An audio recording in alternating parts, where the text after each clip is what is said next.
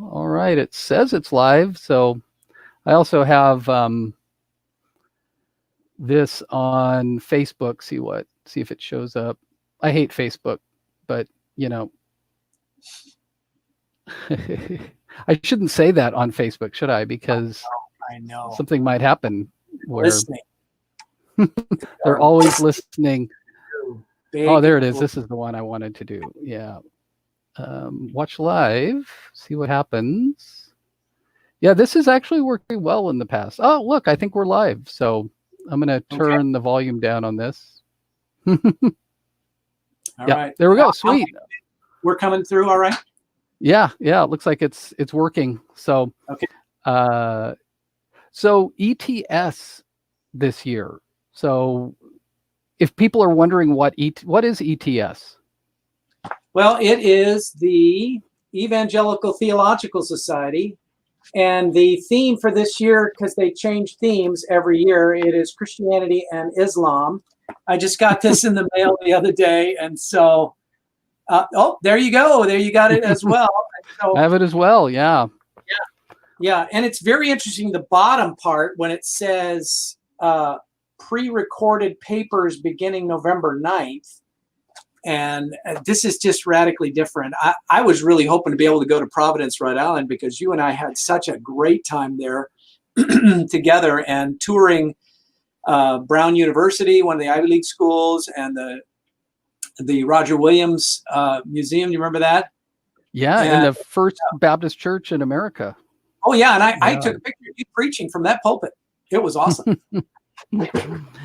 So. Yeah, that was so cool. And it's sort of surprising that they had it back there again, right? Like they usually will wait a long time before they go back somewhere. So yeah, usually they follow SBL. And so who knows why they did that. It was probably got a good deal on the venue, because it was a nice venue. It was beautiful. Yeah.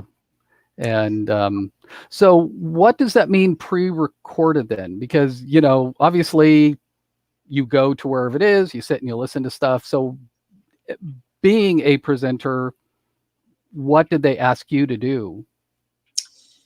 Well, I got this email because when I submitted my proposal, I was hoping to be able to go. And then when they decided to not have the conference there in Providence, Rhode Island, then they went remote. And then rather than having the papers presented then, like would be the middle of November, then the deadline was October 15th, which was a kick in the gut, because, oh my goodness, how am I going to get this done a month early when I am in the pandemic semester of Populi life? And the Lord was really gracious, because my wife was very supportive and just, you need to go work on your paper. And so, yeah, it was a challenge, but I'm really glad I did it. I'm just really glad. So, yeah, because I didn't read it that close, but what will be different then? So is the idea that you just watch whatever you want ahead of time, and then there's going to be interaction during the scheduled time? Yes, and that the interaction is not just the 10, 15 minutes for questions at the end of the paper. The interactions are 40 minutes long. And so unlike previous times, you didn't have the copy of the paper, or you didn't hear the person present until boom, you're live, and then you got 5 to 10 to 15 maybe minutes to ask questions off the top of your head. But now you just listen to it anytime, and then write down their own questions, and then let it sink in. And then if they've listened to others, then they can bounce those off. And so I think there's going to be a bit more substantive interaction because of this format. It's fascinating. Yeah, I think there's a lot of potential there. So did you also upload your paper? Will people be able to read the actual manuscript? I have not yet, but and I haven't seen a place for that. I'm just assuming that will be made available in some way, and I will anyway. I sent mine. I had Ryan Stark read the first 2 paragraphs. He said I wouldn't change a thing, and then except for this one footnote, and then Marty Trammell gave me some bits and pieces of editing, so that'll be helpful. So that's awesome. Again, sorry for the leaf blower right outside my. Yeah. That happens every time I am doing a class. That's when our neighbor decides to mow the lawn or something. Yeah, it's just, you just can expect it. No matter what time you choose, it's going to happen. So, yeah. So, I notice yours also is like at 7:30 at night or something like that. East Coast that's time. Different, right? Oh, Easter. Okay. Yeah. So it's like that makes sense. Yeah. Yeah. So, but even then, that's kind of weird. That, I mean, I guess that's one thing we didn't have to worry about before because everyone was physically in the same place, so it was all the same time zone. But now we're spread out all over the place, right? Right. So, and it's over 5 days instead of 3. Yeah. And see, that's one thing I think is that could be different. They could just make it a whole year, right? I mean, there's no reason to limit it. It's like, if it's all going to be this way, every month, just do a different thing, right? Like Old Testament month, New Testament month, systematic theology, church history. Like, you could just have it going on and on. Yeah, I think that's a great idea, Ken. And I think you should email them about this. I think that it would be helpful. I'm not sure how the fee structure would work because they need to make some kind of money to recoup costs for, and I don't think it's just for the people who work there, but some of the other hard costs for this kind of stuff. So, and you could just roll that into whatever the dues you pay, right? I mean, that just goes to maintain whatever. And so, because that's what a lot of companies are doing, is they're starting to go to these models and finding out that you can actually have better interaction somehow, because now we don't have geographical constraints, you don't have time constraints. And so what do you think of the theme of, because it's sort of an interesting theme, right? Like, what is it? Christianity and Islam. So what did you think when you first saw that? Were you like, what's up with that? It didn't surprise me that much because there have been papers not only on the topic, but I think that there is a subgroup. And then last year when I went to San Diego, they had a group of people who presented, everybody from Darrell Bock to missionaries in Arab world, and people had written books on, say, like the role of Hagar in the Bible and Islam, and how we can use the role of Hagar to bridge the gap. And it was fascinating. So I think it's been a need because of the 1040 window, the growth of Islam in the world, and for us to be responsible evangelicals, we have to talk about this and become more educated, at least. And so I felt it was really appropriate to go this direction.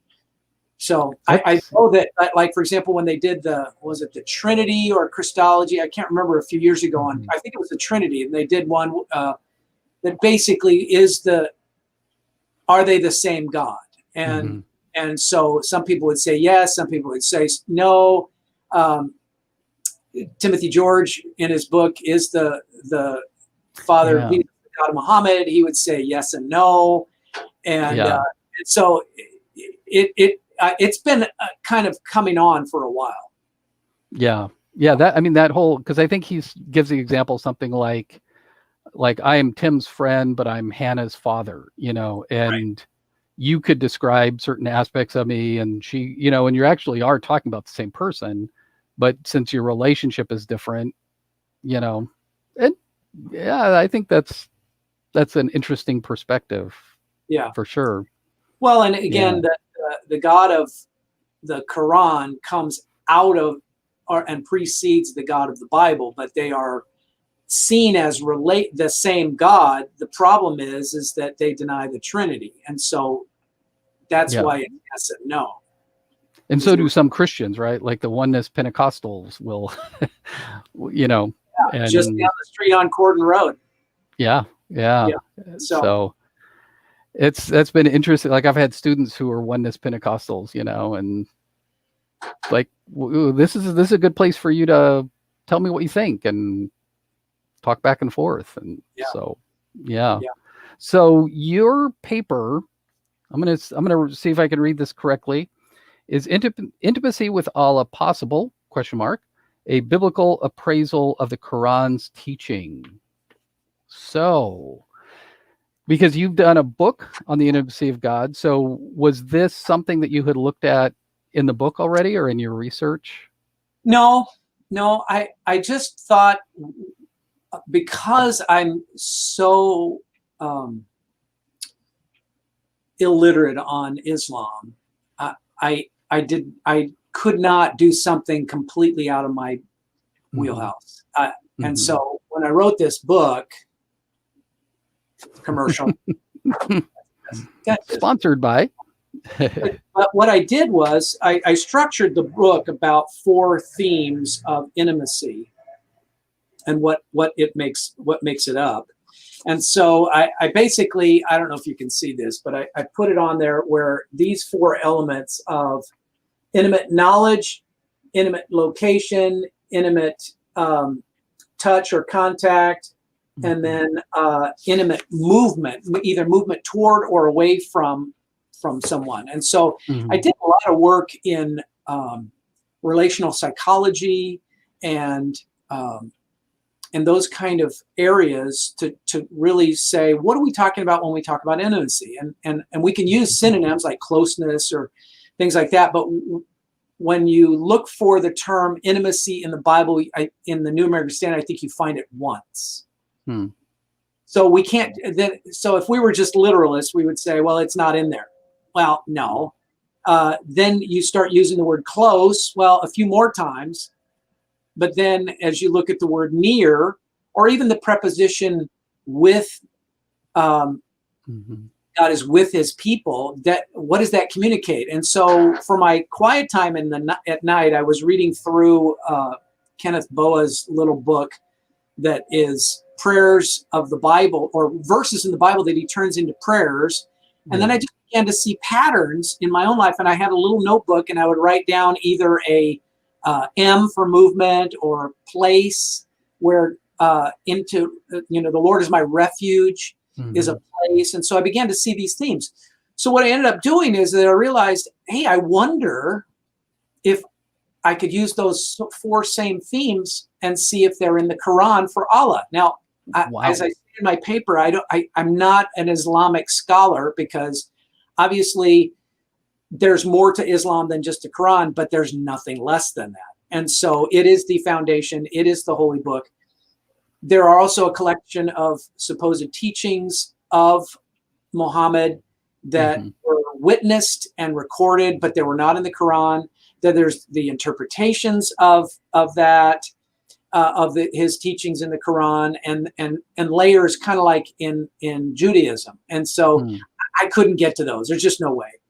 Yeah. So what I ended up doing was then taking this and doing an investigation. Now, one of the things I did was I just took out and I got on my Kindle and on my Chromebook, Lord bless the school, and I just used the Kindle reader, and then I would highlight anytime I saw one of the 4 themes. And so as you can see here, I don't know if you can see this at all, but you can see where I highlighted. And then what's nice about Kindle is that you can go back and you can see all the locations of where you go, and you can just survey them and put them into categories.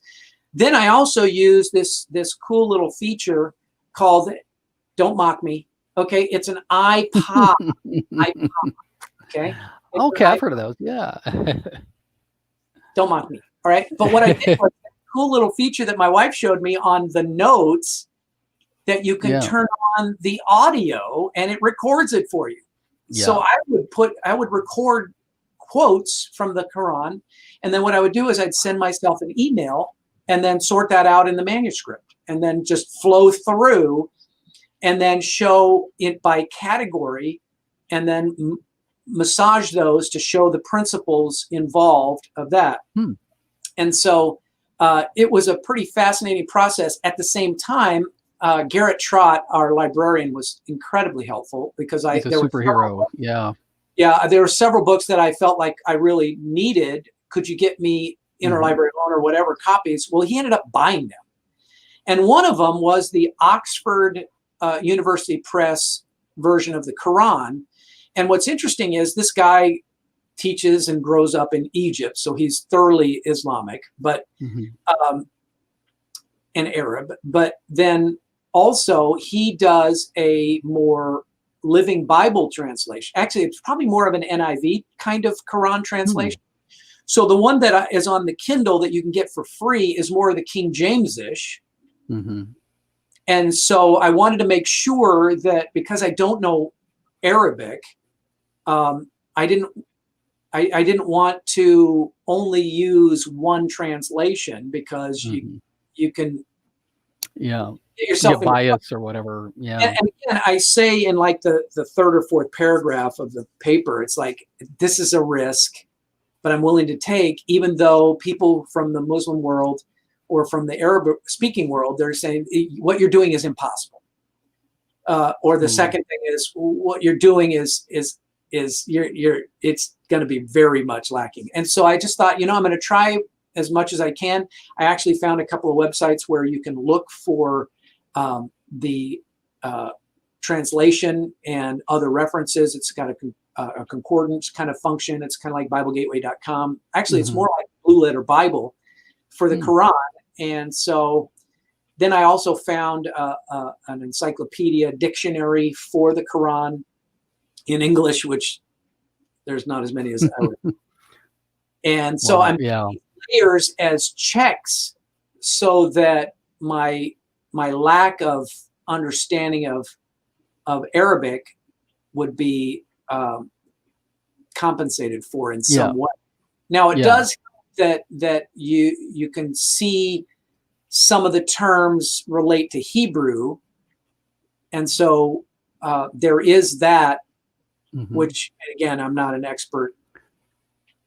I like the tools, but I'm not. The tone of the language is not completely foreign as far as structure and how it works. And so, anyway, that's my process. That's cool. And then, so as you went, so did you end up like looking through the whole Quran then?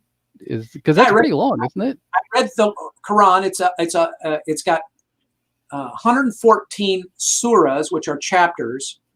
Ayahs are verses, and surahs are chapters. It's got, and the first few of them have like 250 some verses in them, and then by the time you get to the end, they're like 10, 15, maybe 5 verses long. And so you're just going, praise the Lord. and it's hard because I've seen some people say that it's about the length of the New Testament. Some people say it's about 2/3 of the New Testament. It's somewhere in that range. So I felt like, how am I going to write on something if I don't read the whole book and just cherry pick? I don't want to just be picking and choosing and proof texting.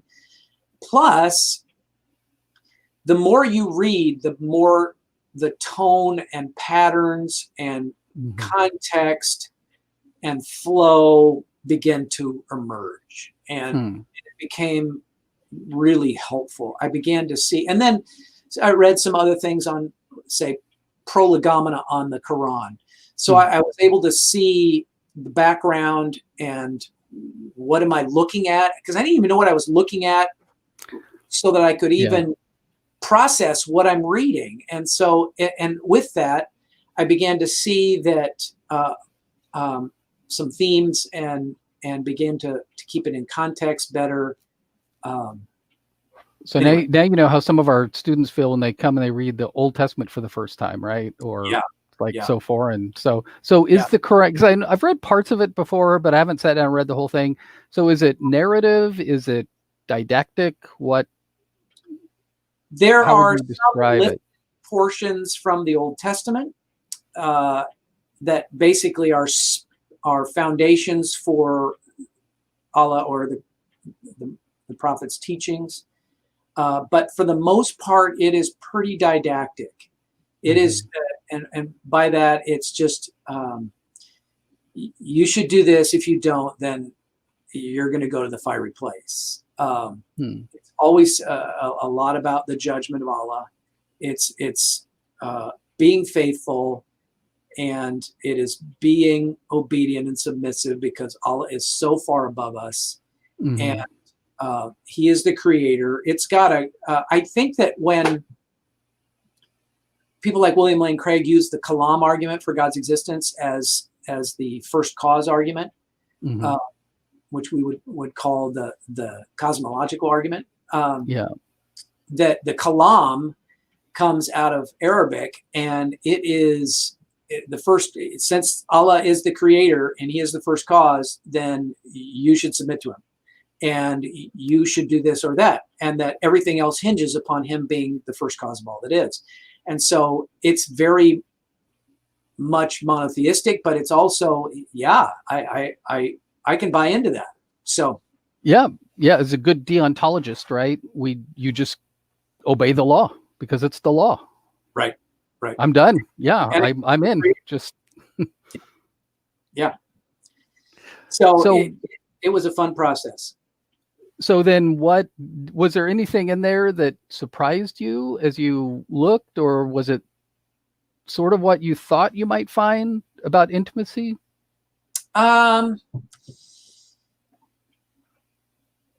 didn't really know. I went in with a pretty open mind because, in a sense, because I know that and I say this to students all the time because I think it's true that there's only two religions in the world, really. There is Christianity, authentic, genuine Christianity, which is done what God, Christ, through Christ has done on my behalf. And then all the other religions, what I must do in order to be right with the deity. The fourfold path, the sevenfold path,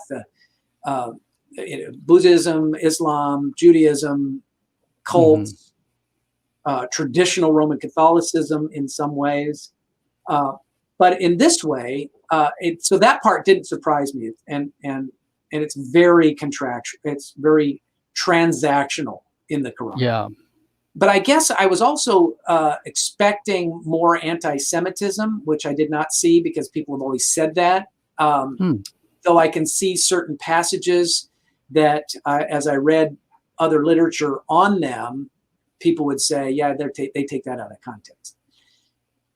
That's good. Hey, look, we got, I told you that we would be visited by people. Look, here's Rick Safil saying, hey. No way. Richard. He's at your church, isn't he? Isn't he at your church? I don't know where he is.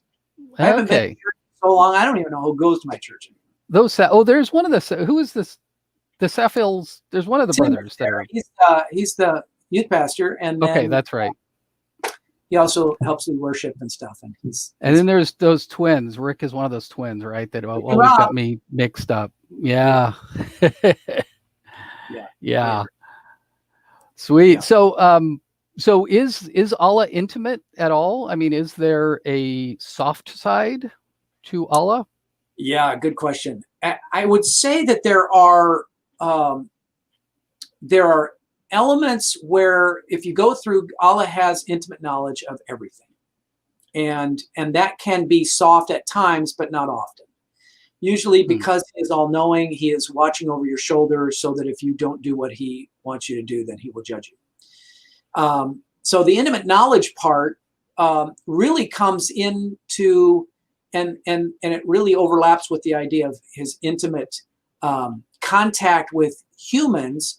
It's beautiful in His intimate contact, say, with humans at their conception, and He guides the sperm. He creates the little lump of tissue. I don't know if you can say sperm online, but but the Quran does. And then during one's present life on this earth, there is very little that could be construed as some kind of intimacy. But then it picks up again where going to be with Allah in paradise or in the place of bliss, he is there. But what's interesting about the place of bliss is that the connection to the place of bliss, or makes it most meaningful, and why you want to go there, especially for men, is that you get to be with these women who have one of the things that they describe has lustrous big eyes. Now, it doesn't use really any other body parts, but they are like virgins, but they're not. Some people, and I've read this in several places, that this is not a sexual relationship, that it is basically reverting back to pre life days, and that it could refer to your spouse, but ultimately what is not said is any sort of real connection with Allah. It's just that he rewards you with this place, and you'd much rather be with this virgin with the lustrous big eyes. The big eyes. I mean, it's like, yeah. So, and then, so it is relational, right? I mean, you want to go there for some relational aspect. Yeah, but there's not a lot with Allah, because, and then what's really interesting about the intimate knowledge is that, and this is what really struck me as the bottom line. Two things struck me about the bottom line of intimacy with Allah. Relationship with him is very transactional. Forgiveness is based on repentance. So if you don't repent and change your life, then he will not forgive you. So that's what we would call conditional forgiveness. That's what happens in Mormonism. You can talk all about you want about forgiveness and mercy, but it's only based upon Allah's choice and our cleaning up our act. So if we don't turn to Allah and get our life in order, then you don't get forgiven. And so it's very transactional. You have to pay your part, and then you get it. That is not Christianity. Yes, there is the repentant aspect of turning, but that's turning your heart. You don't have to clean up your life because you know you can't. That's the point of the prodigal son story, the parable. Because yes, he turns and comes back, but he's willing to do anything. But then the father runs to him, embraces him, which is, by the way, completely countercultural in Islamic world. And that's what in the New Testament, it would have been much closer to an Islamic thinking, right? Middle Eastern thinking than Western. Yeah. Yes. And so it is so countercultural to first century Judaism and that Middle Eastern world, and in Islam.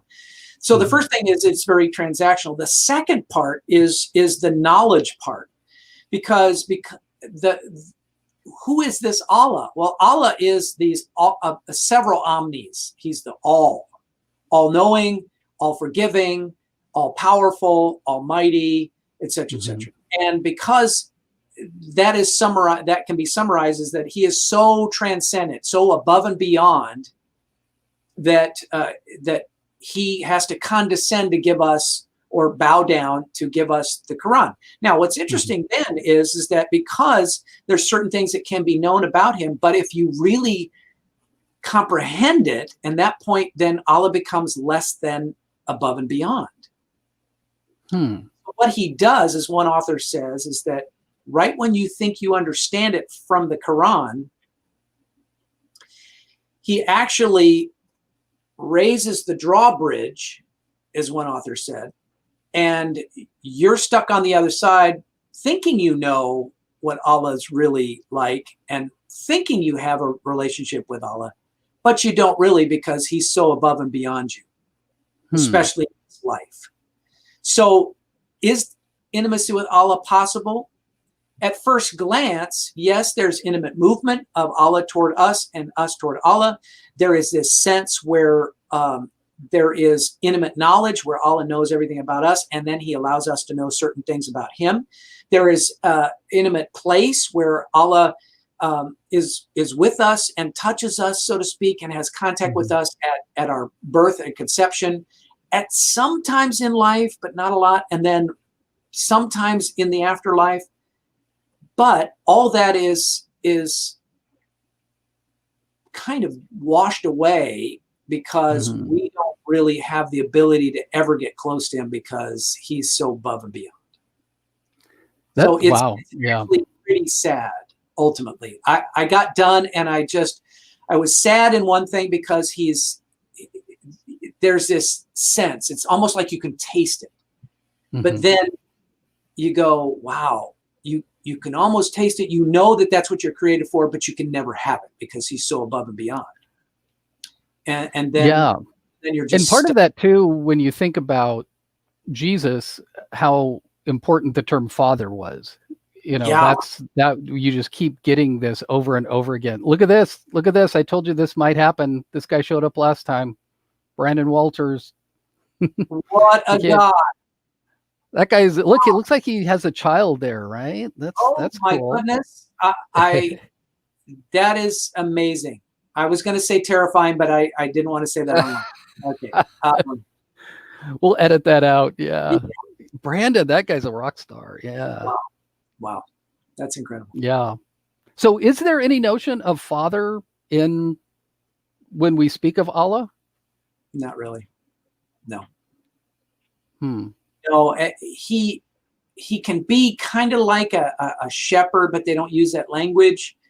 He does care some sense, but because it's so transactional and so conditional that um, you're sunk without Allah, but Hmm. you must submit. And if you don't submit, and you don't even really have to like it, um, and it uses the term love. Allah loves, but Hmm. Allah only loves those who obey him and those who line up. Hmm. He he chooses. So it's this almost extreme hyper Calvinism in a Hmm. nutshell, Yeah. and it's very sad. So when I got done reading the Quran, I thought, praise God, I'm a Christian because I get the Bible. It's not just this same type of literature that throughout that has been Hmm. sanitized by the several imams who took the prophet's words and arranged them in the right way, and then later on there was one person who translated it into the same type of Arabic, and so Yeah. it's very very standard and has lacks a lot um, of diversity. But again, I don't want to say that wasn't that they just did that to do that, but they did that on purpose because it was meant for uneducated, polytheistic, pagan Yeah. Arab. And so to make it simple, there's a lot of repetition and that there Hmm. is a lot of standardization of language. And it's meant to be memorized and repeated. And so Hmm. the recitations is the term, what the is the term for the Quran. It is the recitations. It's something meant to be recited. Hmm. But it just, it ultimately becomes a very, um, it's not a life-giving document. It doesn't So show failure ever as being used in a redeeming sort of way. It's failure. Don't do that. See, I mhm. told you, don't do that. So And so, would yeah, emphasizing the intimacy of God be a good strategy for evangelism with when we're evangelizing and sharing gospel with Muslims? oh, Would that oh be a good emphasis? I think so. I concluded my paper. You know how the Lord just kind of leads you to certain sources while you're just kind of, and you just kind of tuck it away, and Mhm.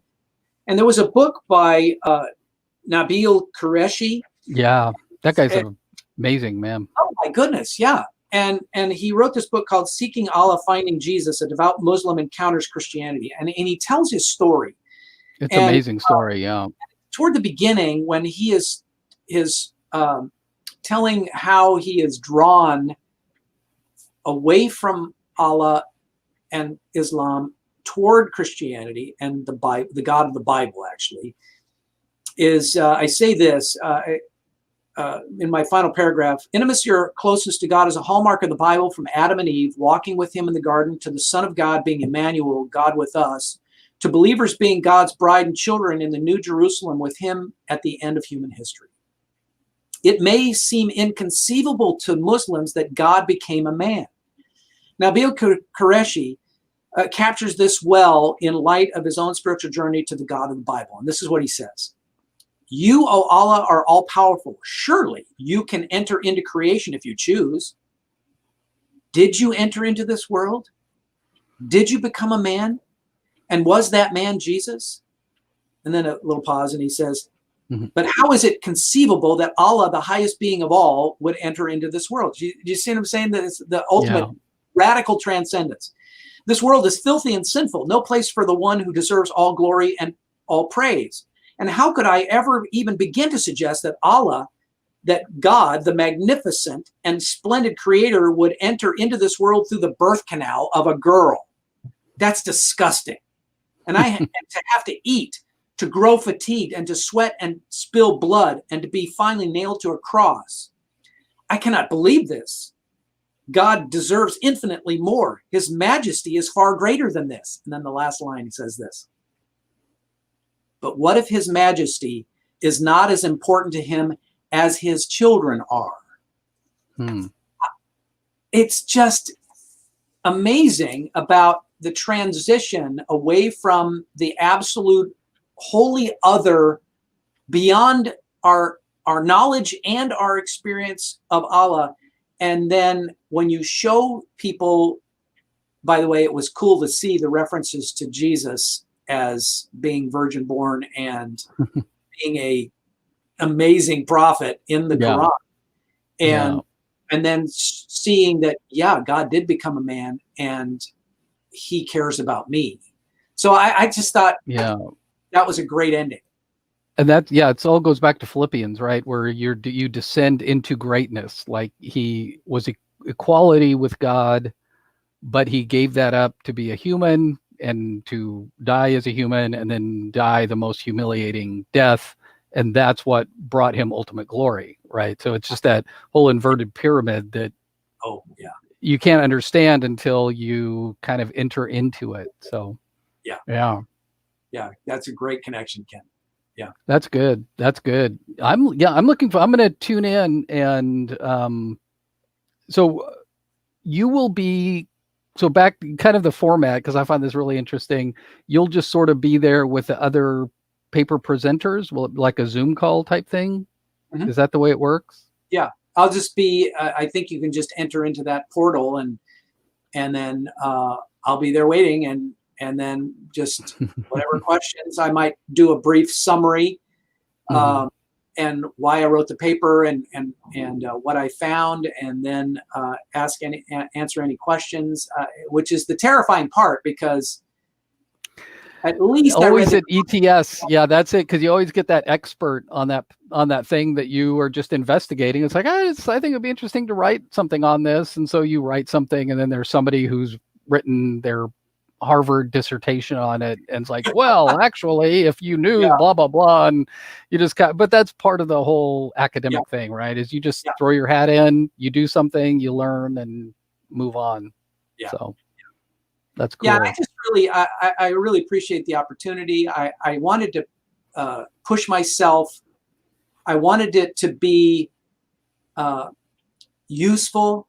I remember I was contacted by one of our Cameroonian pastors, and he works with Muslims on a regular basis. And I said, funny thing, I am going to be working on this paper. And he said, oh, that's really an important issue, because there is no intimacy with Allah. Wow. He just matter-of-factly. And so I thought, I'd like to send him a copy of the paper so that I'd get his perspective on, so what do you think, in light of your knowledge of Islam, and you minister to Islamic people on a regular basis, what do you think? What could I improve on? What am I missing? What's helpful? And then I was also thinking about sending it to our former professor emeritus, Bob Wright, his son, John, Yeah. who works in the Muslim world in Syria, Iraq, and in Egypt with pastors on a regular basis. Hey, John, what do you think? And I Yeah, just that would be had time before I did my presentation, my recording of it. yeah. So Brian White, here's another blast from the past, right? Will this presentation be available to the public for viewing? I'm not really sure as far as through ETS, but my dear friend and colleague, Dr. Greg Troll, sent me a copy of this. And so, Kent, you and I need to figure out maybe how, because of my Google Drive thing, how do I get that off of there? Because it's actually PowerPoint slides that Greg and I made fade in and out so that it's more cool. clear. And then, so did you make a file of it, like a MP3 or something? MP4. Yeah, it was an MP4. Did you upload that to like YouTube or? No, it was just to a Google account that the ETS has, and so that we can, since I have a copy of that, I can put it onto. Probably just upload it to YouTube. I mean, that's what I would do, and then 25 minutes long, so it's not hugely long, and I wanted to try to keep it in that range, and so then we cut out the beginning where Greg is teasing me and making faces and stuff. Yeah, I mean, we could definitely. Yeah, I would just. I'm not sure if I think the school ministry might have a YouTube channel. If we don't, we should. And then I think we just upload that to that, and then put that in Facebook. I think people would find that really interesting. Yeah. So. Well, and I have a Facebook account too. I mean, YouTube. A YouTube. Yeah, channel. Yeah. If you could, just upload it to that, and then put a link in Facebook, and we could. Yeah. We'll see how. It works. That would be very cool. Yeah. So, and then you can charge people $100 to watch it and make some money off it. So. Yeah. Like that many people are going to watch it. Yeah. But that's a cool thing, is having that archived, that it's there, so people could watch it later if they wanted to. So. Yeah. You'll have to help me with that. Let's see. So yes, and then our friend Brian White, isn't Brian White doing worship stuff somewhere? Is that what you're doing these days, Brian? If this is the same Brian White, right? There might be a million of them out there. So excellent. Past. I know this is cool. This is just the kind of our homecoming, right? Then there's the smiley face emojis, and so you're killing me. Yeah. This is cool. Yeah. So sweet. Well, thanks for talking about this. I'm very intrigued. I think, Corbin, this is a area that we need to definitely put more effort into. And I know it's a weak spot in my knowledge, is Islamic studies and understanding the Muslim people. And so thank you for moving us forward a few steps with this. Yeah. It was a great opportunity, and I learned a ton, and I just hopefully it's useful in some way. It will be. Yes. Well, sweet. All right. So I'm going to go ahead and end the broadcast. Thank you, everybody, for here we go. Here's one more question. This is good. Let's see.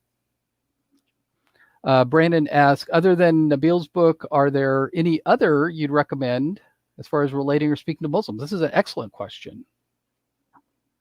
Good question. Do you have an answer? I don't. No. Okay. There's a couple of videos, DVDs that we have in our library here that I've actually used in apologetics. And it basically is the summary of Islam, and then goes on to say, how would you share that? It's a DVD. It's not actually a book. I think it may be based on a book, but or it has a booklet with it. And I don't remember the title right now. I think that there are other books that where this would be a part of it, that kind of give you a sense of Islam, and then how does it fit apologetically? Though witnessing, I think, is is a challenge because again, it's not in my wheelhouse as far as my context. And so, and Timothy George's book, we mentioned that at the beginning, but Timothy George wrote a book called what was it called? Is the God of Muhammad the father of Jesus? Yeah. And that's Timothy George. He's a Baptist theologian, historian, and he actually came to Corbin way back in the day to talk about this, I think. And so, yeah, so Timothy George's book is also really good for that. It was very good. Very good. And but Nabil was, unfortunately he passed away a couple of years ago. That was really sad.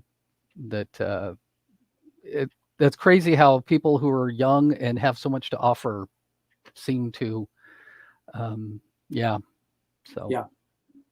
all right, well, thank you, and we will talk again soon. Bye. All right, bye. All right.